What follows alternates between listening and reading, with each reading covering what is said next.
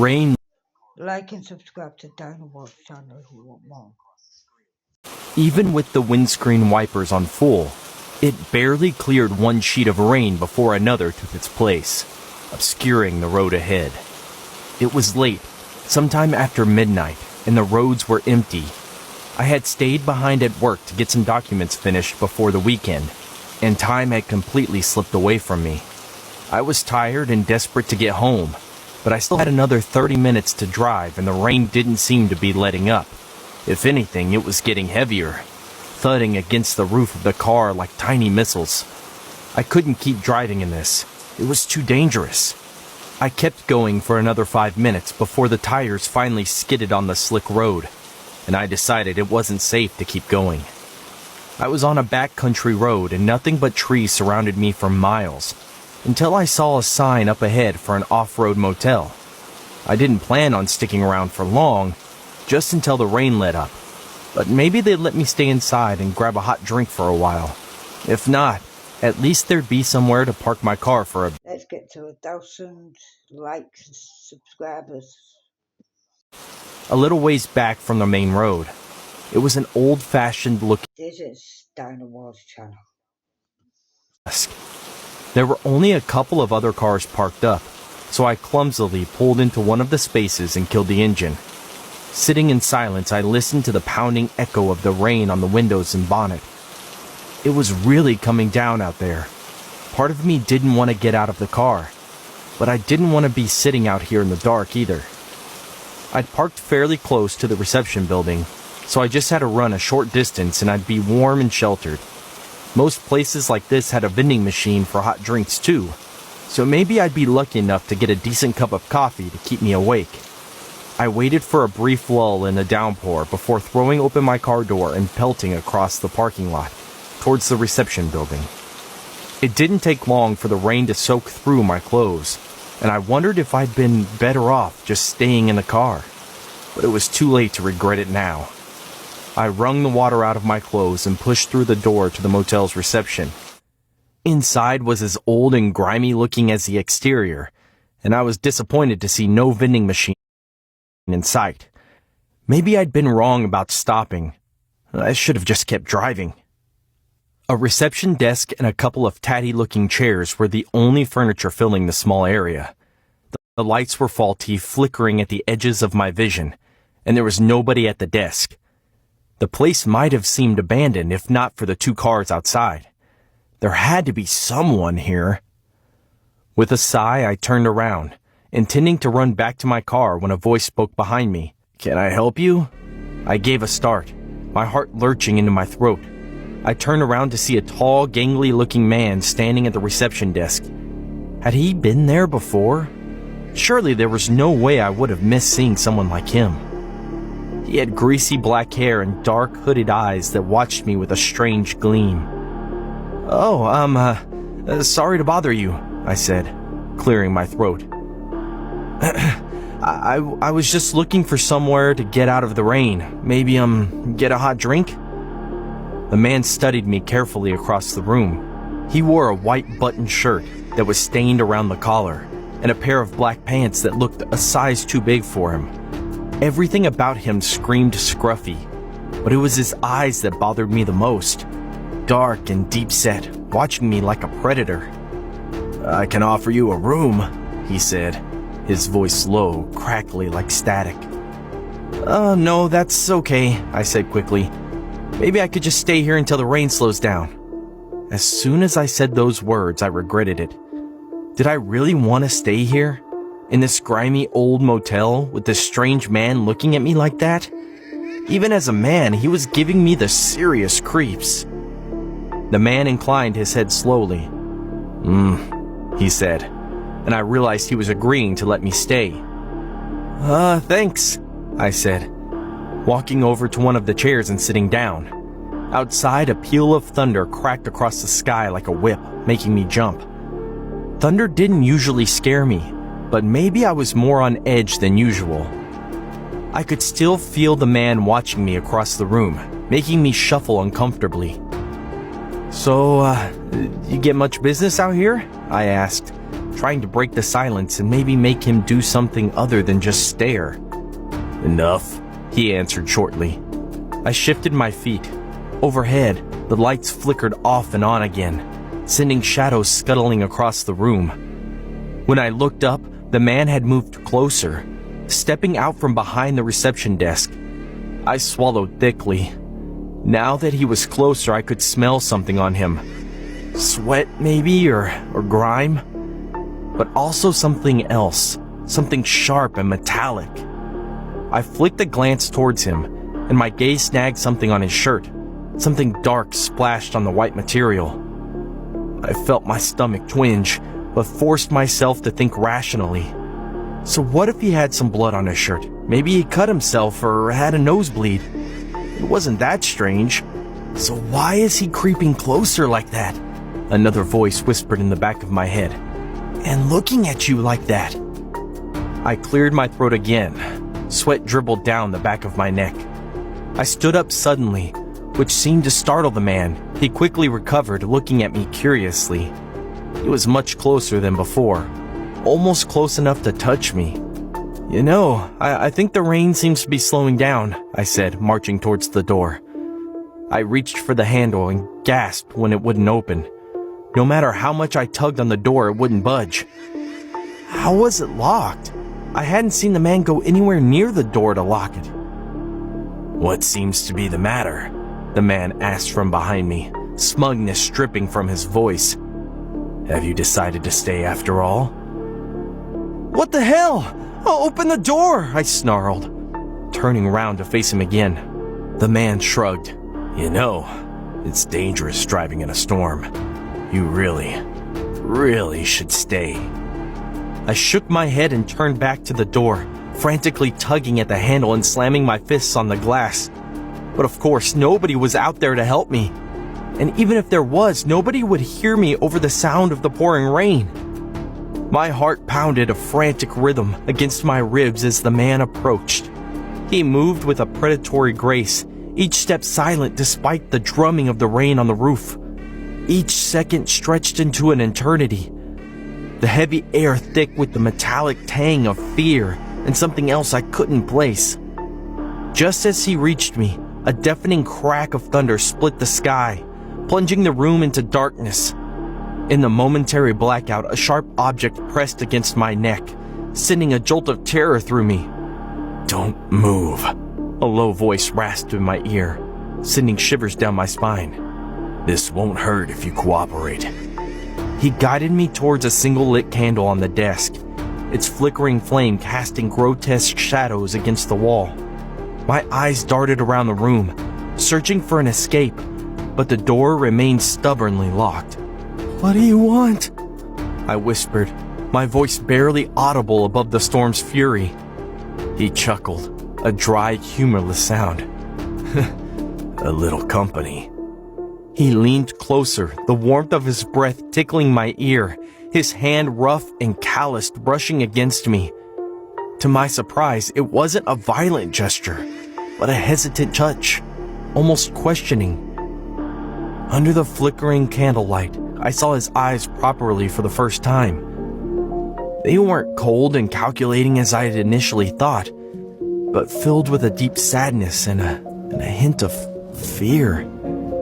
The thought sparked a flicker of something within me, a strange mix of fear and morbid curiosity. As the storm raged outside, the room inside became a scene of a bizarre dance. He, the predator, hesitant and unsure, and me, the prey, fighting a primal urge to submit to the raw, animalistic tension in the air. Our eyes locked, and in that moment I understood. He wasn't the monster I'd envisioned. He was a man, a broken one, seeking solace in the storm's chaos just like me. The line between predator and prey blurred. As the candle flickered and died, plunging us into darkness, I met his touch halfway, drawn by a force I couldn't explain. The storm outside continued its relentless assault, but in the quiet darkness of the motel room, a different kind of storm brewed. A storm of desperate need and unexpected connection. It was a storm of survival, forged in the crucible of fear. with an ending as unpredictable as the weather that had brought us together. Rain. My neighborhood growing up wasn't the nicest. Everyone who lived there was there because they couldn't afford it anywhere else, not because they wanted to live there. A lot of the houses were extremely small and old, and even the businesses in the town had trouble staying open for more than a year or two. When I was young, it was pretty common for us to go to these houses and businesses that had been abandoned and just mess around in them. The police had to have known this was going on, since every kid in town was doing it, but they didn't do anything about it. Anyway, when I was really young, my elementary school shut down, and the building was never repurposed. So when I was older and exploring these rundown places, I was intrigued to see what the school looked like now.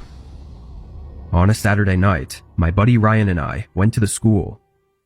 We didn't have cars, so we had to walk about 4 miles from his house to get there. This building, even before it was abandoned, I always found a little bit creepy. It was on the edge of town, buried in the woods with a chain link fence around it. It just really did not seem like a place for an elementary school. We climbed over and went to the side of the building to see if there was a window to get in from. Lucky for us, almost every window had already been smashed open. I jumped in first, followed by Ryan. The first thing we did was just stand there and listen to hear if anyone else was inside. There was this very loud, hollow creaking noise the building was making, but it sounded like we were alone. We walked down the hallway, peeking into some of the rooms. It was a very strange feeling to be back at the school after so many years and see it in such horrible condition.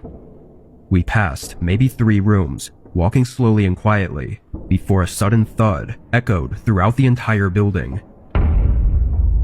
We stopped and looked at each other, but no more sounds came. Ryan said it was probably just a building settling in on its own weight, and we continued down the hallway.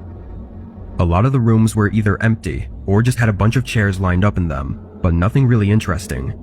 That was until we got to the next hallway, deeper into the school. This hallway had chairs scattered throughout, blocking the way through. We had to push them aside just to get to the rooms. The first room was locked, so we went down to the second room on the left side and looked in, seeing what looked like clothes hanging from the ceiling. I walked in and looked at it, unsure why or how those got there. After a moment, I wondered why Ryan hadn't said anything and if he was seeing what I saw. I turned around, and as my head moved across the room, I caught a glimpse of a figure in the far back. I shot my eyes to the far wall, seeing a disheveled man staring at us as he stood with something in his hand. To make it all worse, he had almost no clothing on. I quickly glanced at Ryan, who had his eyes fixed on the man as well, before he grabbed my arm and pulled me back into the hallway. Immediately, we heard something metal being thrown across the room toward the door we were at, followed by a horrific scream. We sprinted down the hallway and out the first open window we saw, then ran as far away as we could before losing our breath. On the rest of the walk home, we put the pieces together and realized the man was likely holding a knife, which was probably what he tried throwing at us. Considering his unstable state, it's likely the man was really dangerous, and had we stayed any longer or not noticed him, we might have not made it out. Don't go in there. I was just a few months shy of my 18th birthday, teetering on the edge of adulthood with all its looming responsibilities and freedoms, when I found myself in the middle of an experience that would forever blur the lines between reality and the horror movie. Scary. My grandma was sort of my first-hand intro to how tricky getting old can be, especially when your mind starts playing tricks on you. She had her good days and her not-so-good ones, with her memories sometimes getting all jumbled up or just plain made up. Seeing her go through all that really hit me hard, and somewhere along the line, I figured maybe I could do something about it. That's how I ended up with this crazy idea of becoming a social worker. I thought, hey, if I could help someone like Grandma, maybe it wouldn't feel so hopeless, you know? Little did I know I was about to step into a whole different ballgame. So this one night, I took a gig as a nighttime companion for an elderly man named Harold, who was suffering from severe episodes of night terrors and hallucinations due to his advanced age and declining mental health. His niece, Jenna, who was in her mid-30s and worked night shifts as a nurse, was desperate for someone to keep an eye on her uncle during the nights. Given my background and family history, I felt equipped for the task. However, nothing could have braced me for the ordeal that was to unfold on my very first and unequivocally last night at Harold's home. Jenna briefed me about Harold's condition before she left for her shift. She mentioned his tendency to see things and people that weren't there, but sometimes he could understand that he's just imagining. Also, I was warned that he could become quite agitated, but I reassured her of my capabilities and watched her leave with a hint of unease that I couldn't shake off. Harold, with his frail frame and hair as thin and white as spider silk, barely acknowledged me beyond that fragile nod. It was like he was looking right through me, his eyes clouded with a mix of confusion and a distant kind of sadness that seemed to weigh heavily on him. Words weren't his thing, it seemed, or maybe he just didn't have much left to say. Standing there, in that dimly lit living room that smelled faintly of old books and time, I couldn't help but wonder what thoughts were chasing each other around in his head. Was he trying to piece together who I was, or was he lost in some tangled memory from his past? Either way, Harold didn't give much away, leaving me to take steps into what was supposed to be just another job. Following Jenna's instructions, I made myself comfortable in the sparsely furnished living room, where the only light came from an old lamp and the glow of a television set stuck on a channel playing reruns of classic sitcoms. The volume was low, just enough to fill the eerie silence without disturbing Harold's rest upstairs. An hour or so had passed when I first heard it, the sound of shuffling footsteps above me. I hesitated for a moment, not wanting to jump at every little sound, but the caregiver in me kicked in. I figured it wouldn't hurt to check on Harold, just to be safe. When I was about to stand up, I heard the door shutting. Maybe he had just taken Scary. that thought. I shrugged off the unease and continued watching TV. It wasn't long before the quiet of the night was shattered again, this time by a blood-curdling scream that shocked me.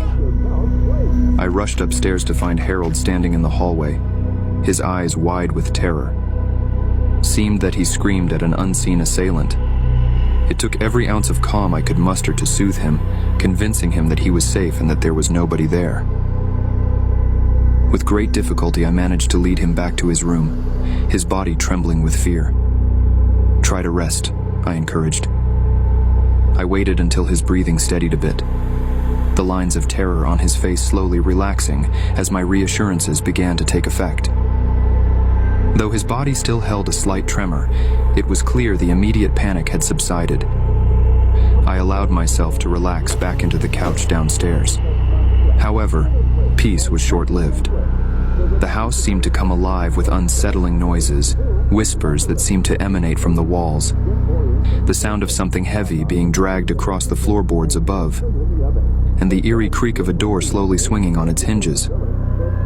My mind raced with panic, but I reminded myself that old houses are prone to making strange noises.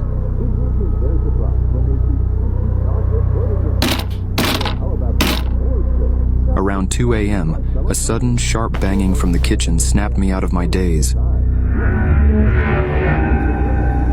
Heart pounding, I ventured toward the source of the noise, only to find the back door flapping wildly against its frame, seemingly unlatched. I wondered if it had been left open accidentally, or if Harold had ventured outside.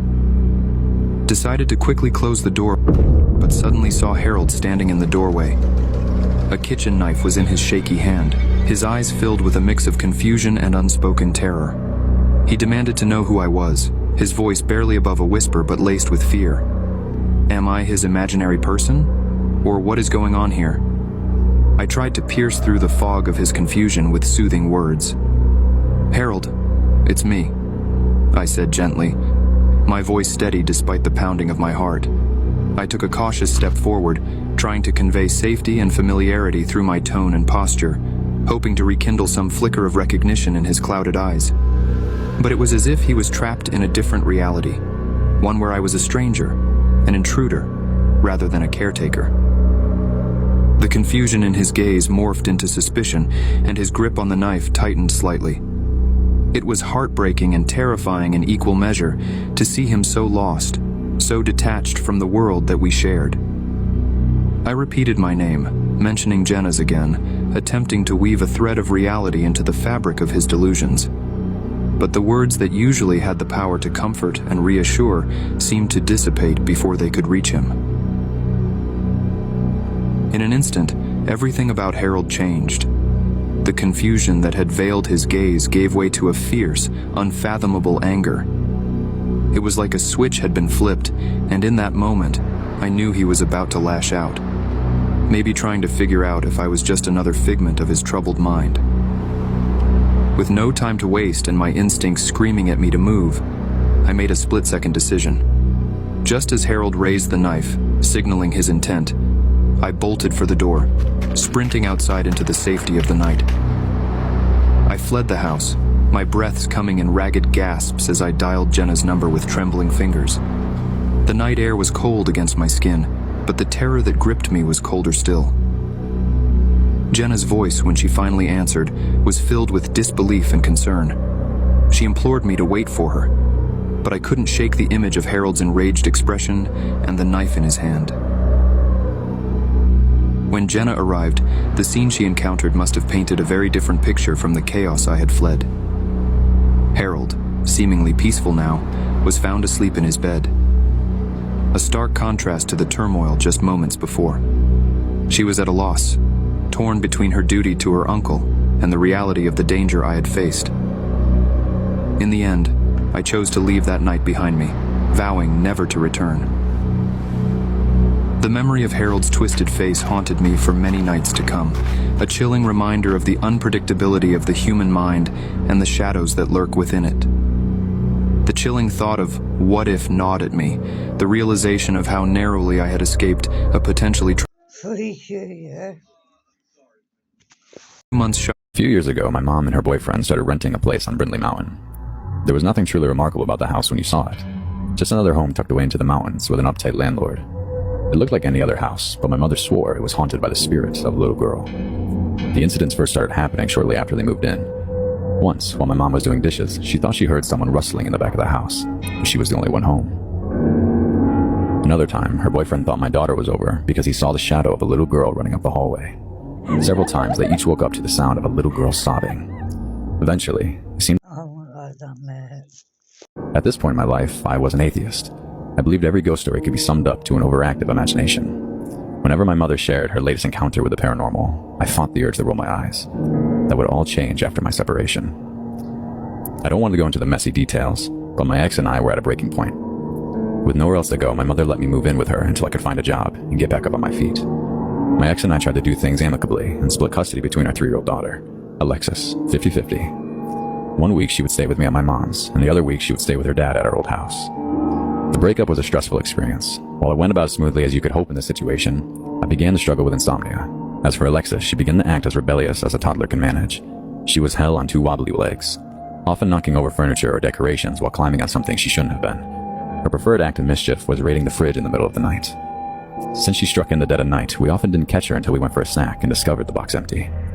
I couldn't sleep one night, so I set up shop in front of my mom's computer in the kitchen. Binging Netflix and Hulu didn't make my eyes any heavier, so around 2 a.m. I switched over to YouTube. My favorite music fogged my mind, but it wasn't enough for the sheep to do their magic. Out of the corner of my eye, I saw Alexis standing in the hallway. She had come to scour the fridge for the leftover peanut butter cookies I baked this morning, and hadn't expected me to be up. When you have a rebellious child, sometimes the best thing to do is not give them the attention. Otherwise, you encourage their misbehavior. So, I just sat in my chair, staring at the screen, and waited for her to go back to bed. My favorite song ended, and a new one started as I found my annoyance growing. I swallowed my aggravation, though, and soon enough, Alexis turned and marched back up the hall and into her bedroom. My grin was triumphant as I turned to the screen. But after a few more of my favorite songs, I became aware of my growing discomfort. It was quiet. Too quiet. Ask a parent and they'll tell you all about the moments when you feel your heart in your throat, like when you let your eyes off your child while stopping for just a second. Sure, most of the time it's only a few moments of terror before turning down the aisle and finding them staring at a toy they want. When you have a precautious toddler, not hearing them can be as terrifying as not seeing them. That's so true, guys. It had been almost 15 minutes, and I hadn't heard Alexis climbing back into her bed or playing with her toys past bedtime. The pit in my stomach grew into a chasm as I stepped into the hall, imagining the worst as I headed for her bedroom.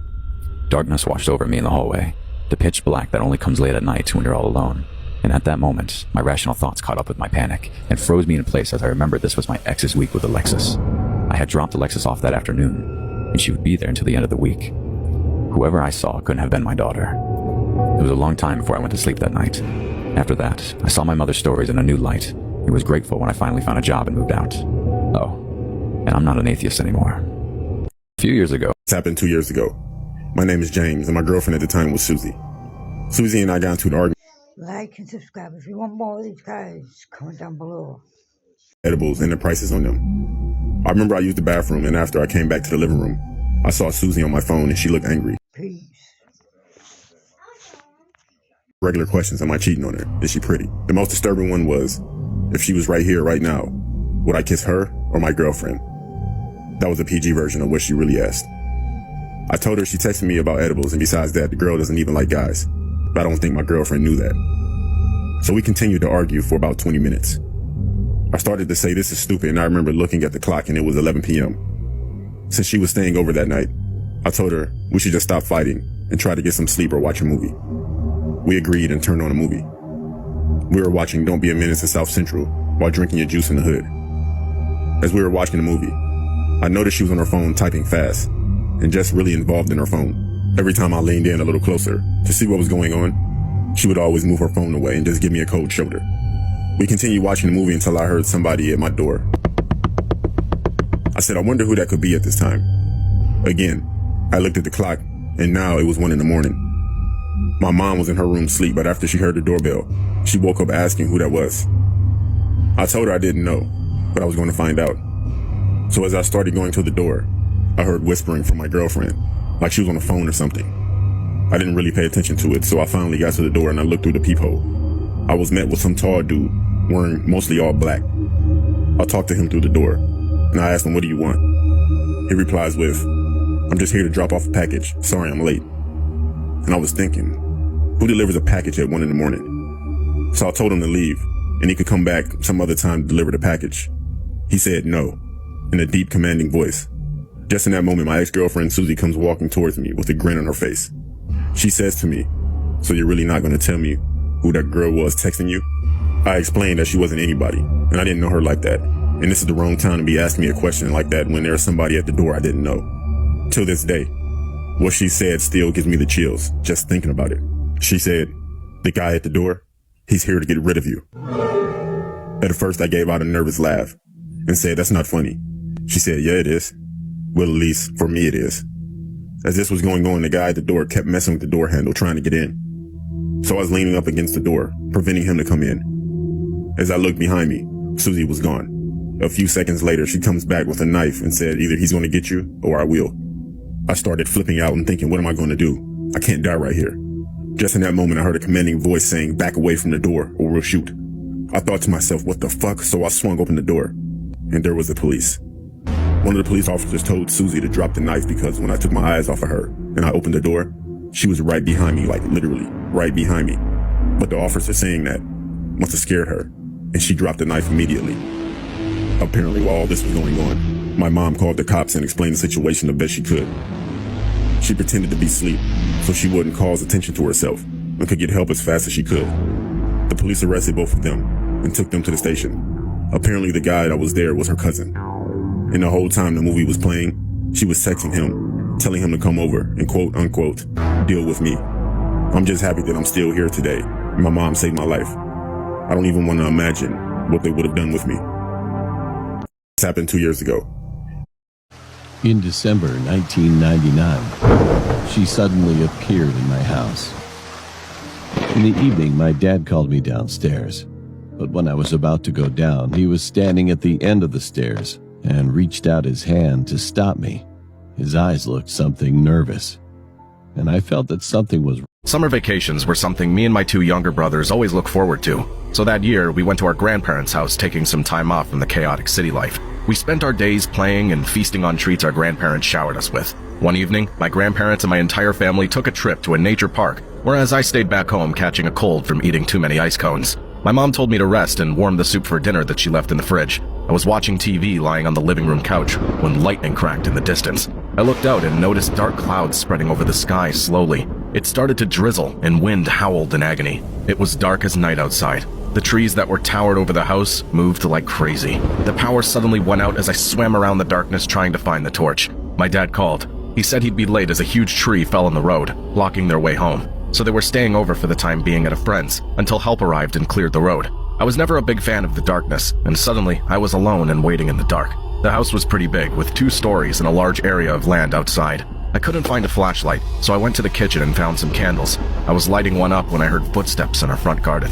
I tiptoed to a big window and peeked outside. The rain was pouring heavily by then, so it took some time for my eyes to adjust the vision. A flashlight was moving outside our house. I could see a silhouette of a man every time the lightning struck. He seemed to know the place well and darted straight to the kitchen door at the back of the house. Who the hell is this guy? Is he a thief? My heart started pounding on my chest. For the next 5 seconds, I heard nothing but the storm, but then a deep voice called out my grandma's name. "Oh, Janie, are you alone?" The frack? His voice gave me goosebumps. Our doors had huge grills and bar locks, so it was quite impossible to come in, but I was certainly creeped out. He called out again. "Janie, where are you?" I remained silent. By this time, I recognized his voice. He was my grandparents' neighbor next door. I saw him staring at our house the first day I came here. He sang religious songs with a mic quite early in the morning, irking everyone, and sometimes just stood outside with a blank expression while we were outside playing. He always eyed my grandmother and on certain occasions even barged into our garden to make small talk with her. The guy had gray hair with a wide smile. He would just stare at Grandma even when our family members were around. Dad said he lost his wife a few days ago. The realization that he had decided to go after my grandma made me nauseous. He started going in each of the windows, calling out my grandma's name. He couldn't see inside, and I stayed still. My grandma usually drove a small car, and seeing that car parked on the driveway, he must have assumed she was alone at home while everyone else left. Time went by, and he grew tired. After a torturous 15 minutes that felt like an eternity, I heard the footsteps walk away and jump down one of the walls. I sighed in relief, knowing he finally gave up. An hour later, my family came back, and I welcomed them with this horrifying tale. My parents decided to confront the guy in the morning, but they had no idea what was about to happen that night. That night, I slept on the small sofa near my grandparents' bed. I was burning with a high fever. Instead of sleep, I was in a trance-like state. I tossed around with body aches, trying to find a comfortable position when I heard shuffling of feet somewhere. I heard a soft clinking noise like someone was tapping on the glass window. My eyes slowly drifted to the direction of that voice, and I saw him again. The old creep was back. He'd glued his grinning face on the window, which was just a few inches away from my grandparents' bed. I tried to scream, but I was so sick and scared that no sound came out of my mouth. So far, he was staring at my grandparents' bed, but just when he noticed me, his expression changed. His eyes widened, jaw tightened in anger, and he put his finger on his mouth while angrily mouthing me to be quiet or else he would kill me. I don't know how long we had this staring showdown, but suddenly he turned his anger into a sudden smile. He tilted his head to the left and continued watching my grandma through that window. I wanted to slap myself so I could wake my body up from this numbness, but fear and shock kept me frozen for quite some time. But finally, I gathered the courage and knocked down the small bookshelf beside my bed. The sound woke up my grandma, and she found me gasping and panting while pointing at the window. She switched on the lights to find the creep laughing shamelessly and telling my grandma how beautiful she looked when she slept from the window. "Oh, Janie, my beautiful Janie." He kept repeating this phrase again and again. He said that now that his wife was dead, he was finally ready for my grandma. My dad called the cops, and they took him away. The guy died a few months later, but to this day, a doubt clusters my mind. Did the passing of that old creep's healthy, cheerful wife have some mystery in it? Summer vacations were something. This was on a regular weekday night. I was at home by myself, drinking a cup of coffee while staying up late in my room to get some work done. I had a tight deadline, and working late this night would make the rest of the week a lot easier on me. I was on my laptop at my desk, really focused and slightly tired, but my focus was broken when I heard a thump downstairs. I looked over at the doorway to my room where the sound echoed from, but remembered that it was raining outside and that the sound was probably just the house creaking in the rain and wind. I continued working, only to be interrupted again a moment later by another thump. I got up and walked to the bottom of the steps. All the lights were off, but I waited for the sound to come again so I could try and locate where it was, just to make sure it wasn't anything serious. I was still tired and had no reason to believe this was anything other than the house making sounds, and after a minute of waiting, I went back upstairs. Waiting around for something that was likely nothing was just a waste of my time, which I wanted to be spending on work so that I could get to bed. I went back to my laptop and worked for another hour and a half, not hearing any more sounds from downstairs, aside from a few small creaks every once in a while. It was close to 1 a.m., and I was just finishing up what I needed to get done for the night, when another thump echoed through the house. This one was much louder and sounded like it came from the bottom of the steps. I got up and rushed over to the stairs, a little more concerned now, but nothing was down there. I went down a few steps and looked over the railing, but the house was now just as quiet and empty as ever. The rain was still coming down, but this seemed to be far too loud and frequent than anything rain could be causing. After waiting again though, I got impatient and went back to my room. I had no idea what was going on, but I still couldn't see how it could be anything more than the house creaking. I sat back down at my desk, and it was almost right away that another thump rang through the house, this time sounding from right in the hall outside my room. I looked over at the half-open doorway, and not even a second later, a figure walked past it down the hall. My heart stopped for a moment as I felt a wave of shock run through me. I heard them walk into one of the spare bedrooms, and figuring they had to know I was home already, I ran up to my door and locked it shut. The footsteps stopped instantly, then began quickly going back into the hallway and right up to my door. I backed up and tried to find anything to use as a weapon. In this moment, I probably could have called 911, but I think I was too worried of something happening before they would have time to arrive. I picked up a pair of scissors from my desk as the man banged on the other side of the door. He then started what I think was kicking it, because it sounded as if the door could snap out of the frame at any second. But then he stopped. I heard heavy breathing from against the door, then footsteps going down the stairs. I got my phone from my desk and called 911 as their steps started making their way through the downstairs hallways. A door closed, I think it was the back door, and then the house was silent.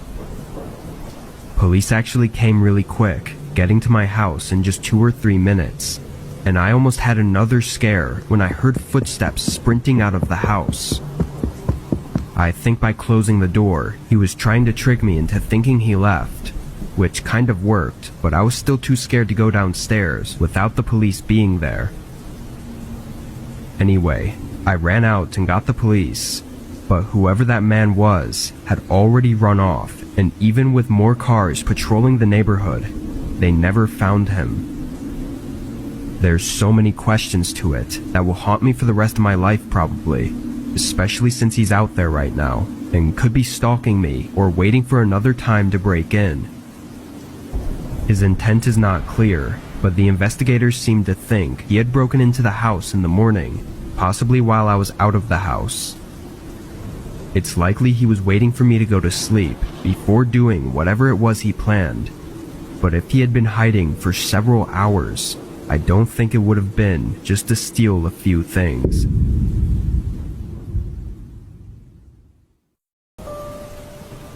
Like and subscribe, guys. That's all for now. Bye-bye. I was at home by myself.